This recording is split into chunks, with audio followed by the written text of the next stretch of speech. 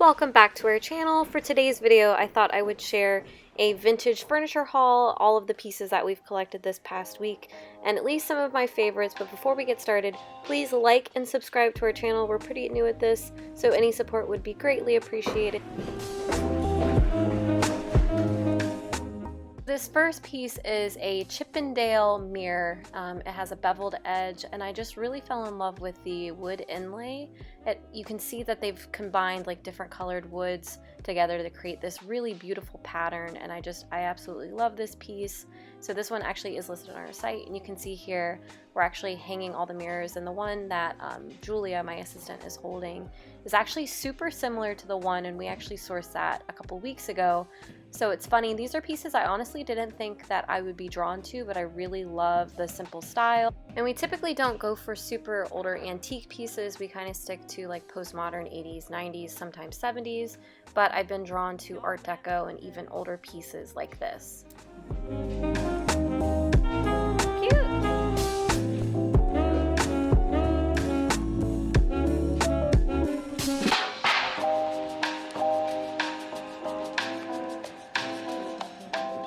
Now, in the nature of it being very old, this particular piece is gorgeous but absolutely heavy. This is a 1920s like Art Deco china cabinet. I personally think it would make an absolutely beautiful bar. We're using it to display pieces right now, but it's got a little bit of damage, which I think adds a little bit of character to it, but the wood grain on this is just absolutely insane. They do not make pieces like this anymore, and I'm definitely having fun styling it for now.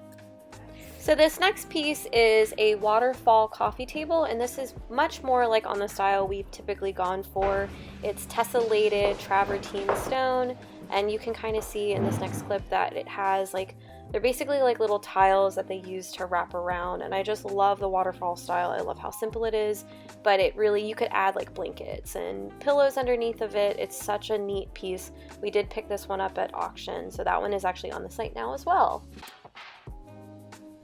And we picked up this pair of ebonized wood chairs, and I shared in our last video that we're really into ebonized wood, and basically that's just black stained wood. I love the grid pattern on the backs.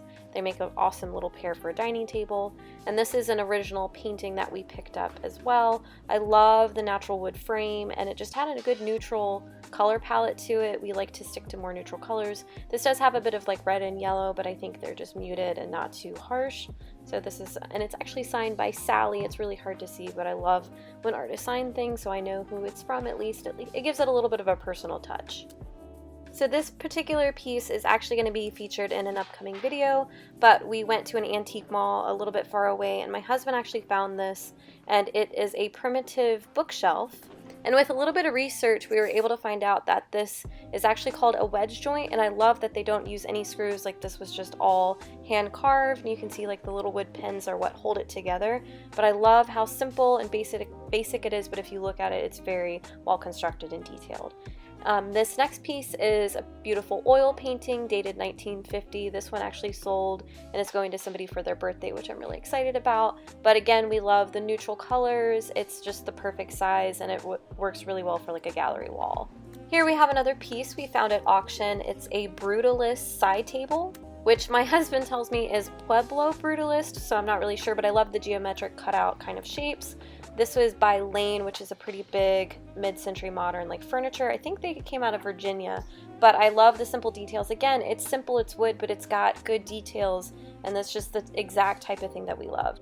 So this may look like just a piece of black plastic, but this is actually one of our holy grail items. So it is a wall divider utility organizer by Dorothy Becker. It's dated 1970. I think it's made in West Germany, but basically it's just a wall divider that you could put any of your utensils in.